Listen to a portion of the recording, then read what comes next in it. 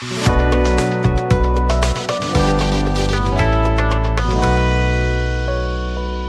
students, welcome to Aura IAS Academy. This is Raghuram Gowda with you. Today we'll discuss a very important component, very pertinent component.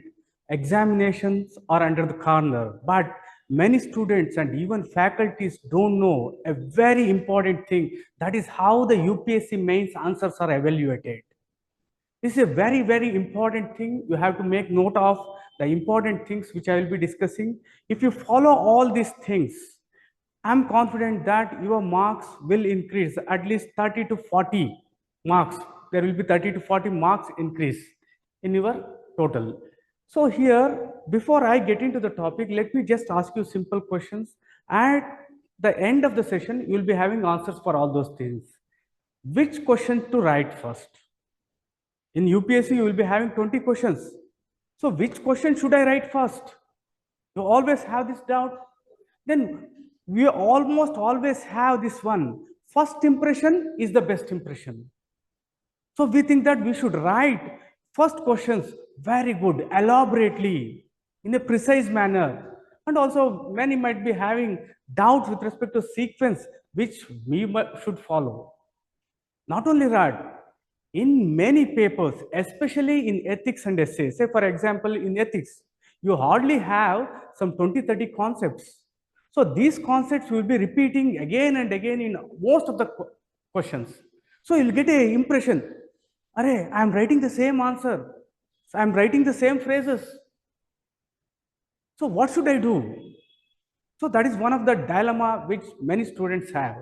Then the next is, I have corrected like more than 1,000 papers, mains papers.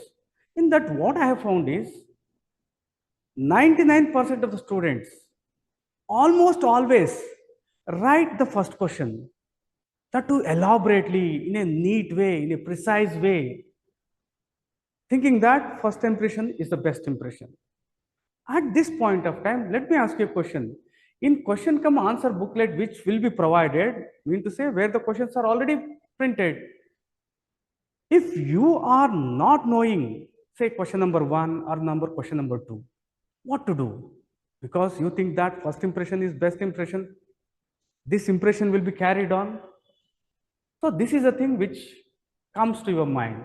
So here, please keep a very important thing.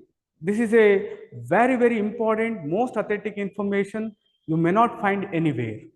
So here in 2013, UPSC changed the format of mains. It changed to question come answer booklet format.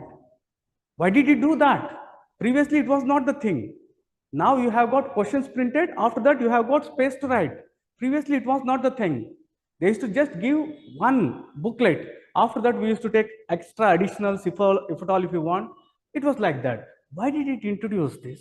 A very important thing. In fact, turning point in the evaluation process. How UPSC evaluates mains answer papers.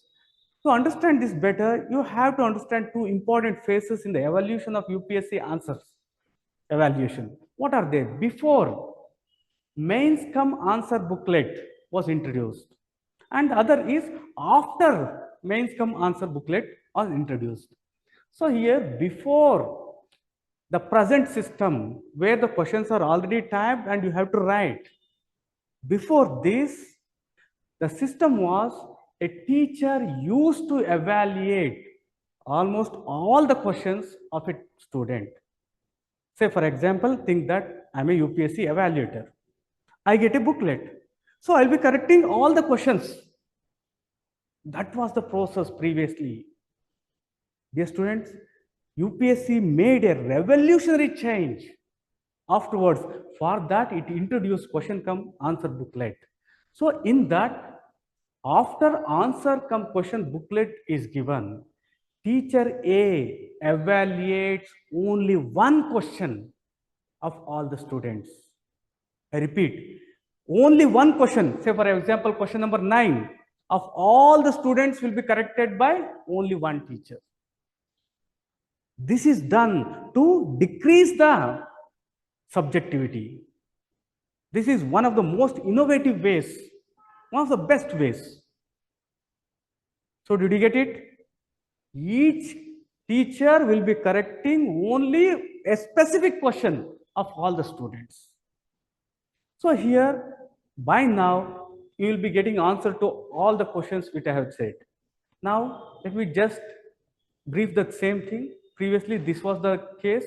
So there used to be teacher A who used to be correcting all the questions of a student. Then this is the same teacher B will be correcting all the questions.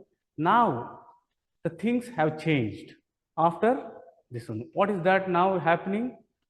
Now a teacher will be correcting only one. Say teacher number A will be correcting only question number 1. Teacher B will be correcting only question number 2. Teacher C will be correcting only question number 3 of all the students. So what is the take home by all these things? So you have to think, write and answer each question has independent one, separate one, as though there is no connection to the next. This is one of the most authenticated information. Please do follow this. And I hope by following that, you'll be getting very high marks. So here, don't worry about the first impression, sequence, similar answer, similar word.